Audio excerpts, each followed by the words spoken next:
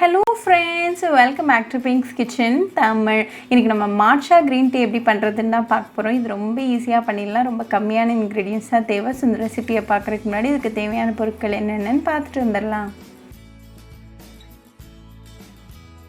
இன்னைக்கு நான் கொஞ்சமா matcha green powder எடுத்துர்க்கேன். இந்த matcha green tea powderல நிறைய antioxidants இருக்கு. இது உங்களோட liver-ஐ protect பண்ணும், உங்களோட brain function-ஐ boost பண்ணும், உங்களை கேன்சர்ல இருந்து prevent பண்ணும், உங்களோட heart health-ஐ promote பண்ணும், உங்களோட weight loss-க்கு ரொம்பவே helpful-ஆ இருக்கும். அதுக்கு அப்புறமா இது ரொம்பவே ஈஸியா பண்ணிடலாம். இப்போ இந்த matcha green powder-ல இருந்து ஒரு 1/4 டீஸ்பூன் எடுத்து இந்த மாதிரி ஒரு மக்ல சேர்த்துருங்க. இது கூட 1 கப் அளவுக்கு நல்லா சூடான தண்ணி சேர்த்துக்கோங்க. இத நல்லா கலந்து விட்டுருங்க.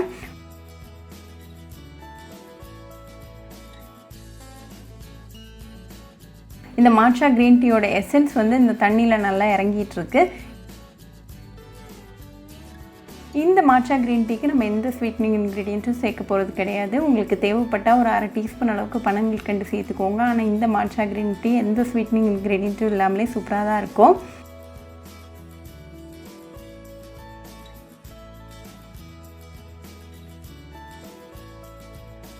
இப்போ இது நல்லா mix ஆயாச்சு. சோ இது கூட 1 டீஸ்பூன் அளவுக்கு லெமன் ஜூஸ் சேர்த்துக்கோங்க. இதையும் லைட்டா mix பண்ணி விட்டுருங்க. லெமன் ஜூஸ் again உங்களோட weight loss-க்கு ரொம்பவே ஹெல்ப்ஃபுல்லா இருக்கும்.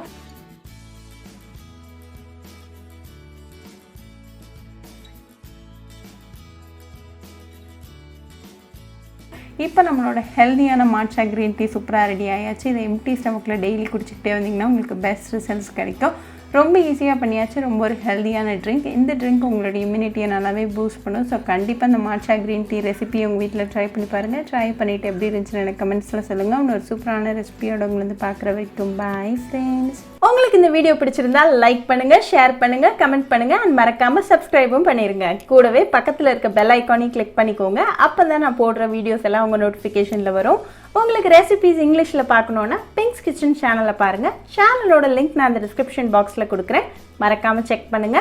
இன்னொரு இன்ட்ரெஸ்டிங்கான ரெசிபியோட உங்களை வந்து பார்க்குற வரைக்கும் பை ஃப்ரெண்ட்ஸ்.